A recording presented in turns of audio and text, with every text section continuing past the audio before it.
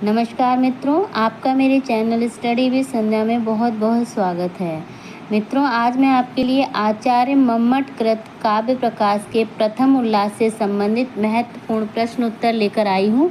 और इससे पहले के वीडियोज़ में मैंने आपको काव्य प्रकाश का प्रथम उल्लास करा दिया था। तो आज इसके महत्वपूर्ण प्रश्न उत्तर देख लेते हैं। तो चलिए शुरू करते हैं प्रश्न नंबर 1 से। काव्य प्रकाश के रचनाकार कौन है? सबसे पहला प्रश्न यही बनता है कि काव्य प्रकाश के रचनाकार कौन है। तो काव्य प्रकाश के रचनाकार हैं आचार्य मम्मट।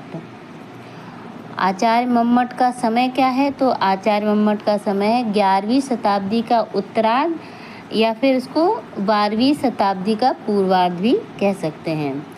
आचार्य मम्मट का निवास स्थान क्या है? तो उनका निवास स्थान कहाँ था? कश्मीर। वो कश्मीर के निवासी थे, कश्मीर के रहने वाले थे। मम्मट की उपाधि क्या है? तो मम्मट की उपाधि है वाग देवता अवतार। अब वाग देवता अवतार उपाधि किसने दी थी? आगे देखते हैं। उपाधि कर्ता कौन है? तो है भीमसेन दीक्षित। वाग देवता अवतार की उपाधि देने वाले हैं भीमसेन दीक्षित।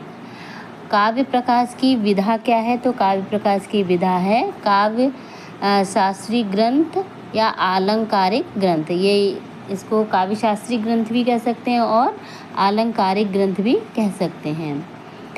काव्य प्रकाश किस प्रकार का ग्रंथ है? तो ये एक लक्षण ग्रंथ है। काव्य प्रकाश किसमें विभक्त है? तो काव्य प्रकाश उल्लासों में विभक्त है। और कितने उल्लास हैं इसमें? 10 उल्लास हैं। काव्य प्रकाश में कुल कितने उल्लास हैं? तो इसमें 10 उल्लास हैं।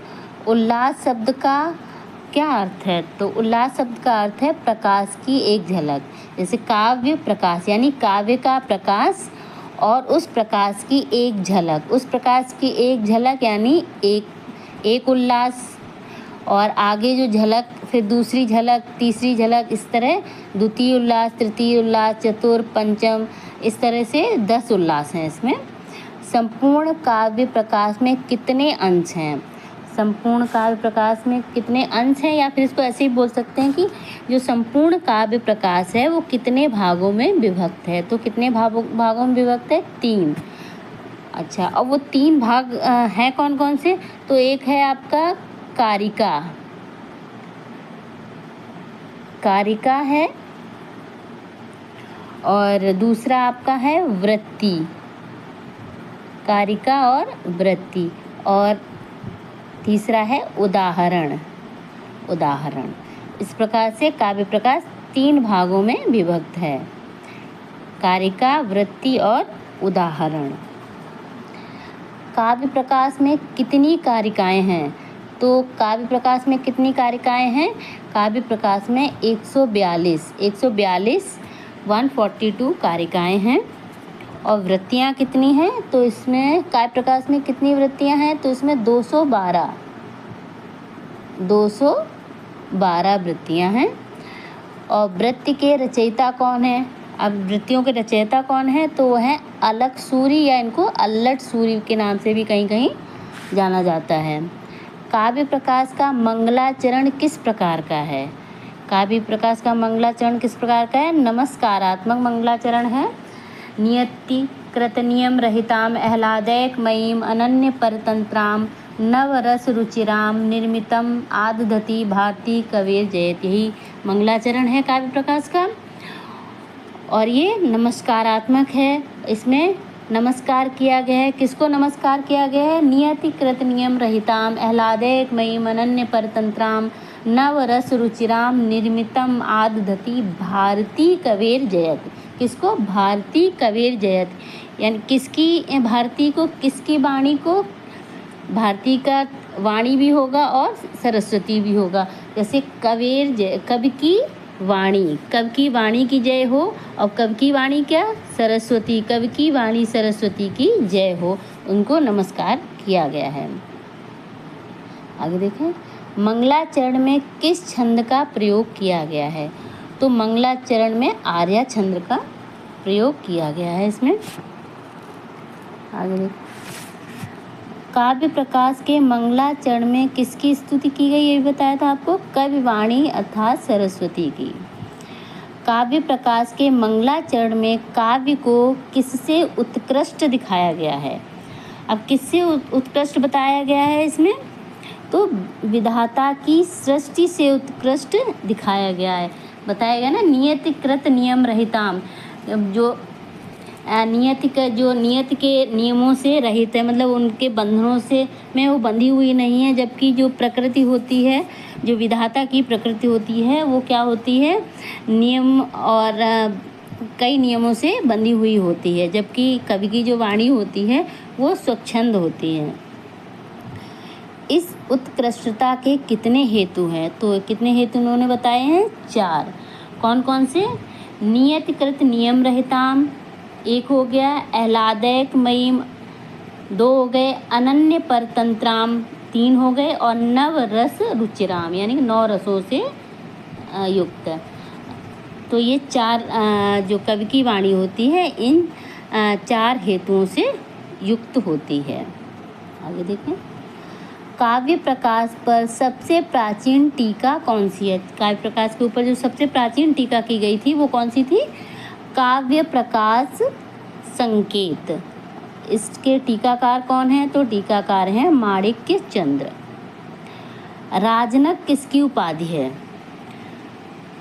ये भी आचार्य मम्मट की उपाधि है। और इससे पहले और कौन सी उपाधि थी बताई गई थी, वाग देवता अवतार। वाग देवता अवतार भी इनकी उपाधि है और राजनक भी इनकी उपाधि है, पूछी जाती है एग्जाम में। काव्य प्रकाश के प्रथम उल्लास का वर्ण विषय क्या है, जो प्रथम उल्लास है उसका वर्ण विषय क्या है, तो सबसे पहले मंगलाचरण आता है, किसी भी ग्रंथ के आरंभ में मंगलाचरण होता है। और काव्य प्रयोजन, काव्य हेतु, काव्य स्वरूप व काव्य भेद, ये प्रथम उल्लास का वर्ण विषय है। प्रश्न नंबर 24, मम्मट ने काव्य के कितने प्रयोजन बताए हैं, तो मम्मट ने काव्य के कितने प्रयोजन बताए हैं, 6 प्रयोजन बताए हैं। इनकी कारिका है ना, काव्यम यशसे अर्थकृते व्यवहार विदे सेवेत्रक्षतये सद्या पर निवृत्तये कांता सम्मितयोपदेश युजे, ये है। तो इसमें काव्य के 6 प्रयोजन बताए गए हैं। काव्यम यशसे, यश के लिए, अर्थकृते, अर्थ के लिए, व्यवहार विदे, व्यवहार के लिए, सेवेत्रक्षतये यानी सेवेतर जो अशिवस होता है, अमंगल चीज़ों के क्षय के लिए होता है, और सद्या पर निवृत्तये यानी शीघ्र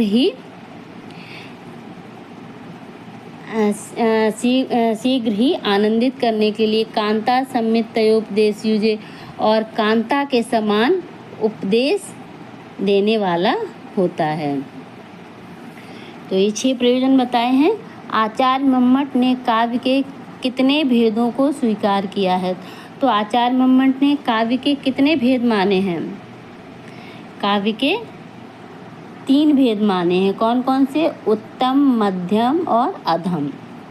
उत्तम काव्य को ध्वनि काव्य भी कहा जाता है, आनंदवर्धन ने ध्वनि काव्य कहा जाता है, और मध्यम काव्य को गुणीभूत व्यंग्य काव्य कहा गया है,